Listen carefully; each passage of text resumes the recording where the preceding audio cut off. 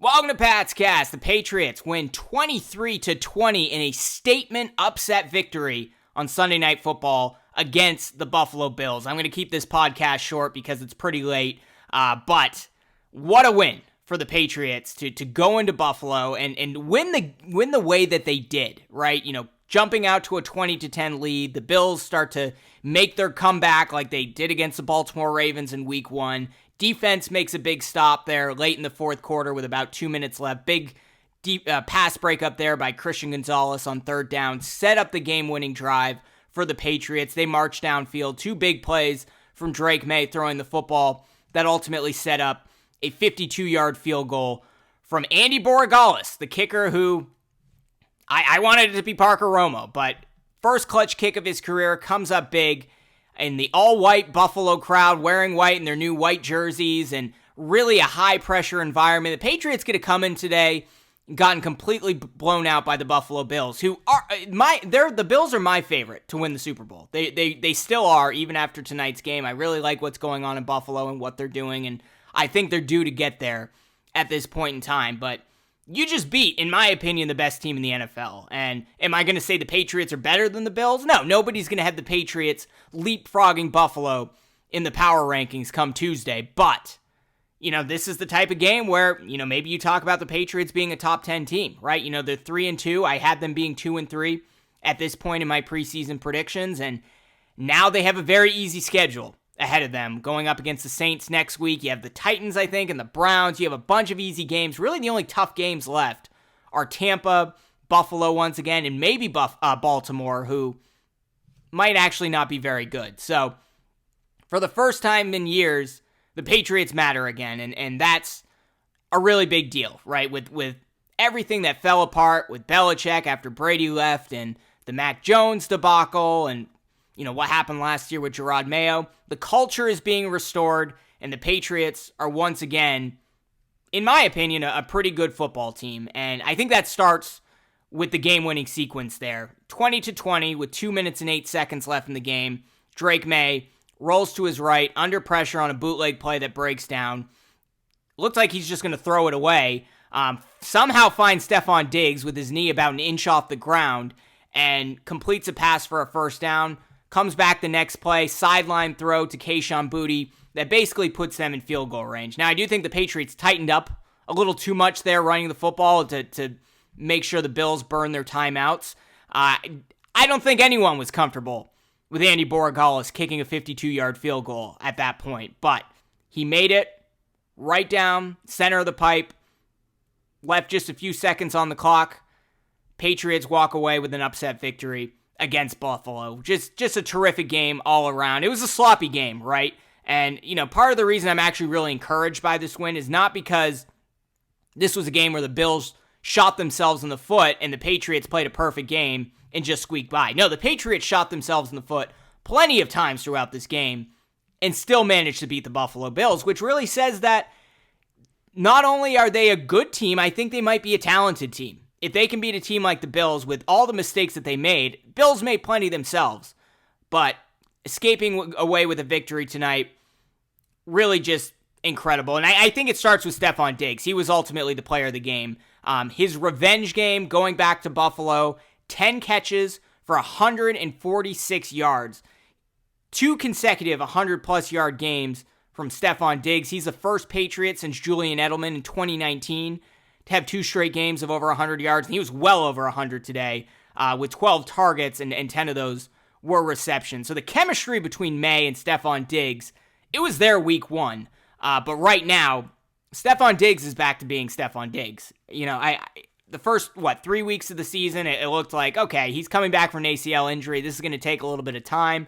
Not quite as quick out of the gate. We know he's a polished route runner, a great catcher, you know, willing to take big hits, but he looked like the Stefon Diggs of old, and this wasn't just a statement game for the Patriots, it was a statement game for Diggs, because he proved that he's still a number 1 wide receiver. The Patriots haven't had a number 1 wide receiver in many, many years, and Diggs was the weapon that made it happen. You weren't winning this game tonight without Stefon Diggs. It wouldn't have even been a close game without Stefon Diggs. So big performance from him, and I think the play of the game, beyond the the game-winning drive where Maye escaped pressure and got it to Diggs on a bootleg came in I believe, the touchdown drive before that, where Maye also escaped pressure rolling to his right and threw just an incredible bomb downfield to Stefon Diggs, who made a terrific catch on the sideline near the goal line that set the Patriots up for a touchdown on the ground.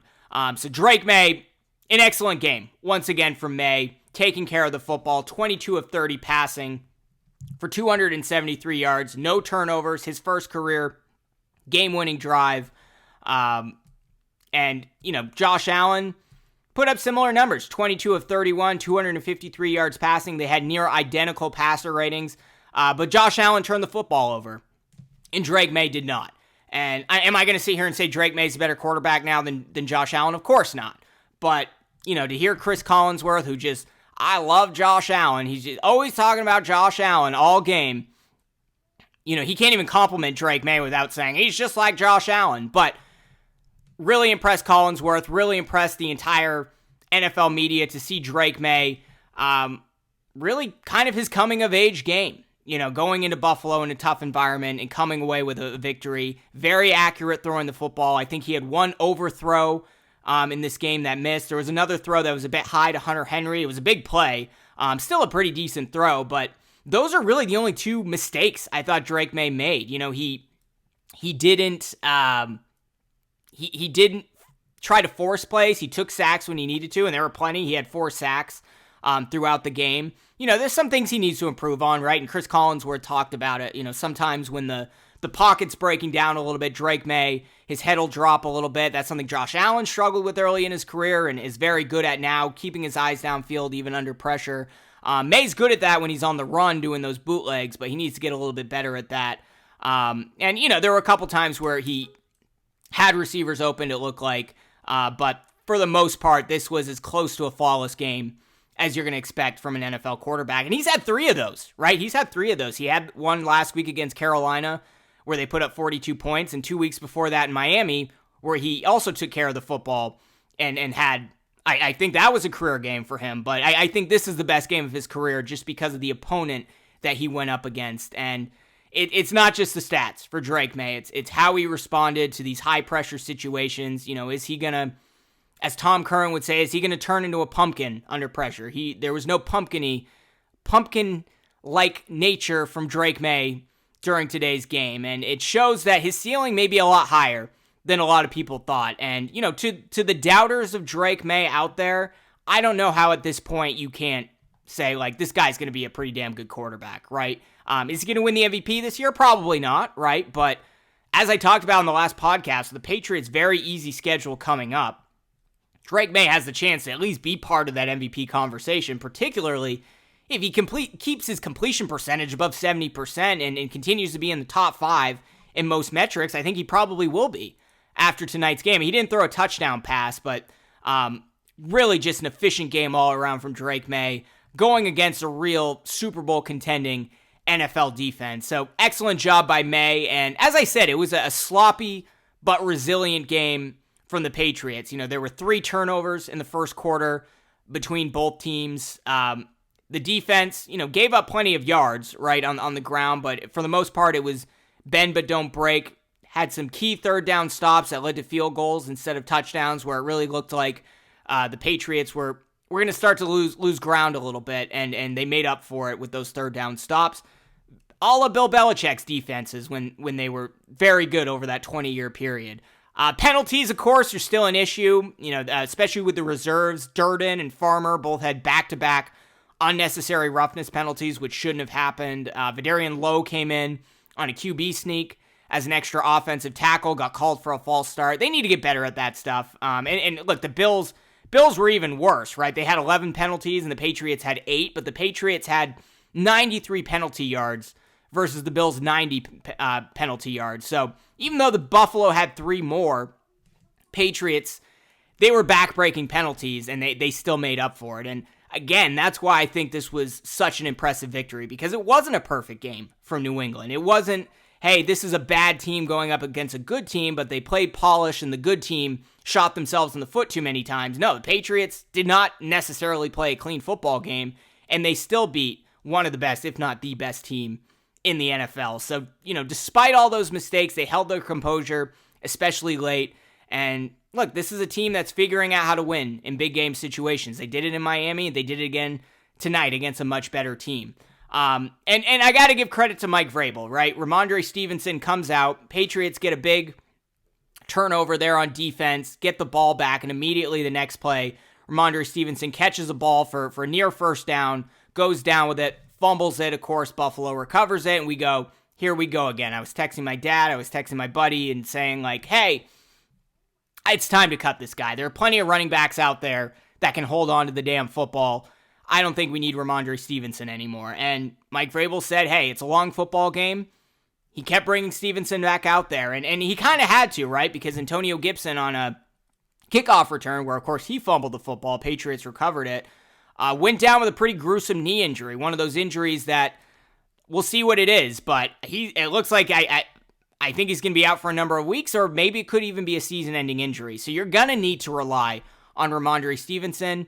Mike Vrabel, despite the fumble, keeps him out there. He marches in for 2 touchdowns, and that was huge for Stevenson and a big confidence builder for him in a game where, had you benched him at that point in time, like, that's going to be a big red mark on his NFL career. Let's say you bench Stevenson and you cut him next week.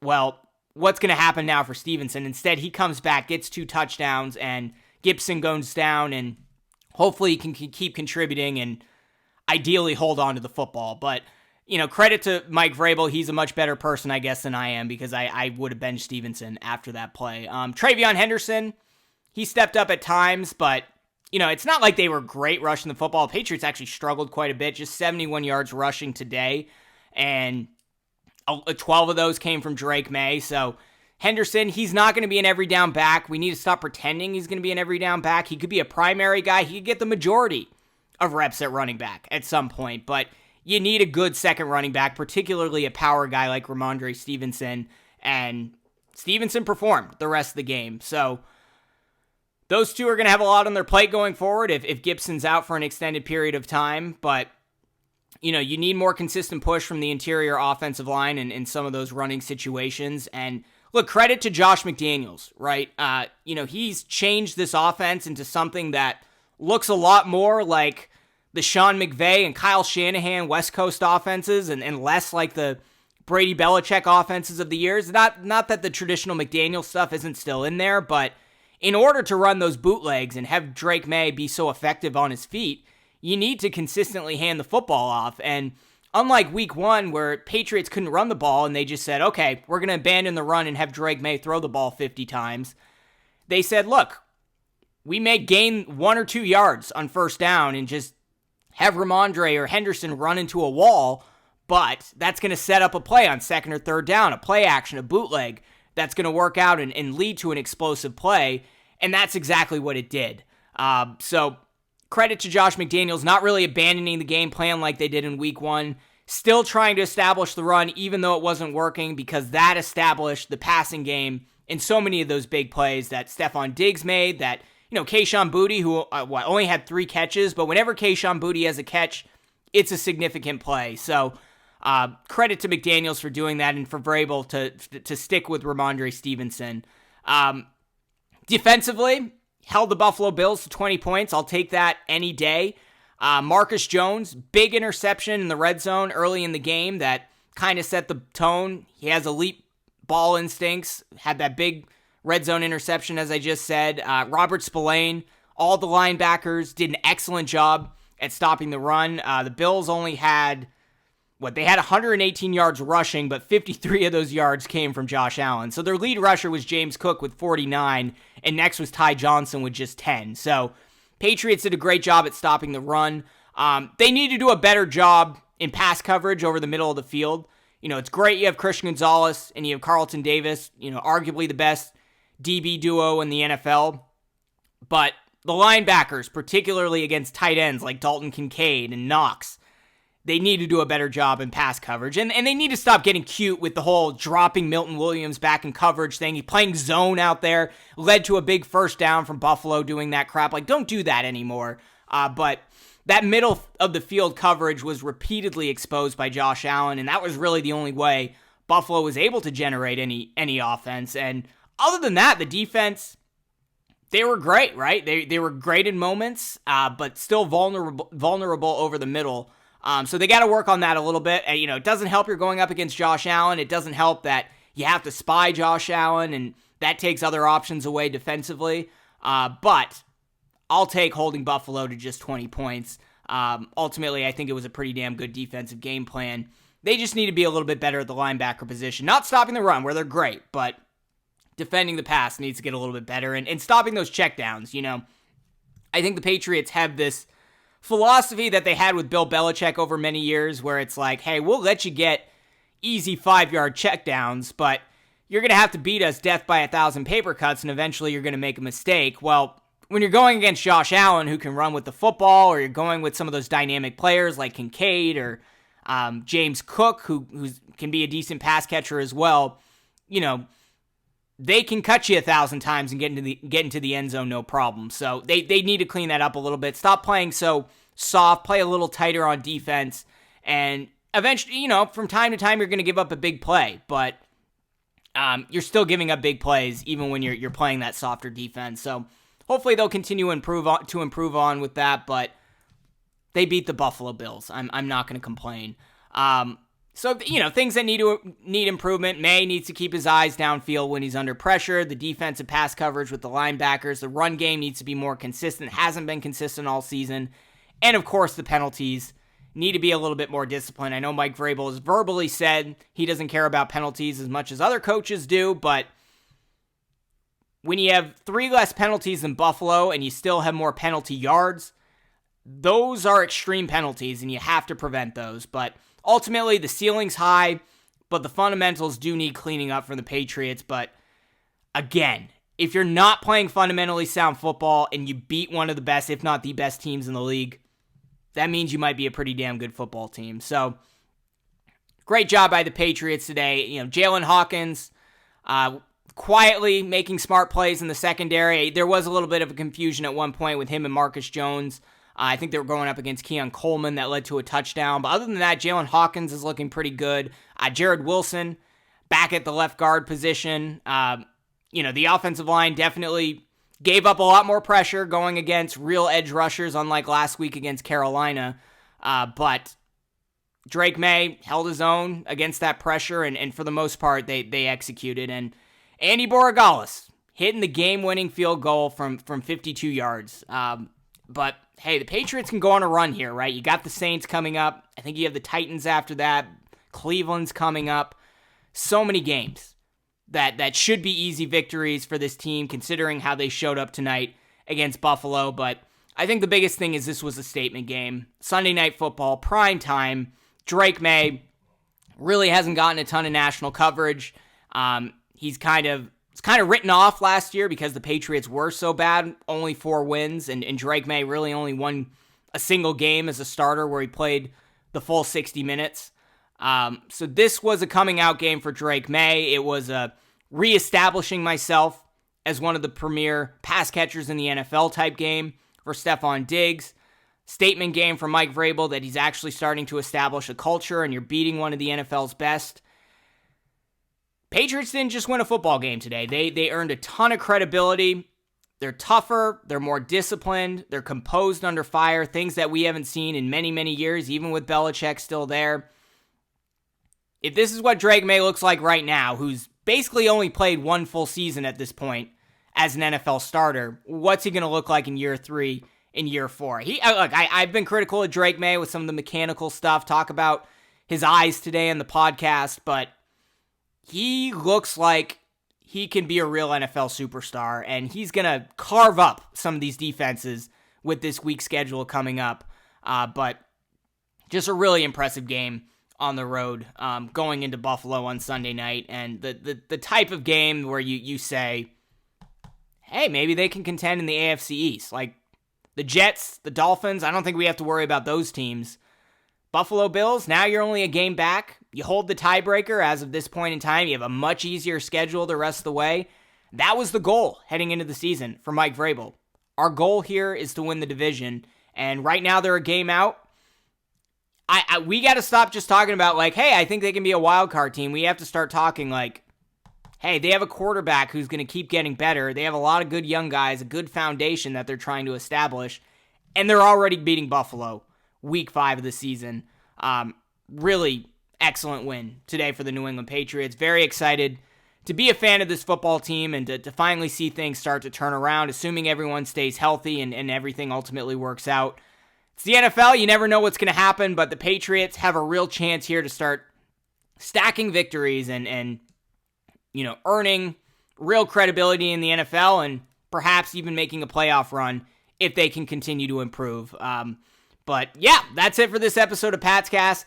Do you think, let me know in the comments below, do you think the Patriots have a shot at winning the AFC East? And take into consideration that they have a much easier schedule than Buffalo, do you think they have a shot? Curious to hear from you. And if you're watching on YouTube, be sure to smash that like button, subscribe to this channel, hit that notification bell, or subscribe if you're listening on Apple Podcasts or Spotify. We'll be back throughout the week with more New England Patriots coverage.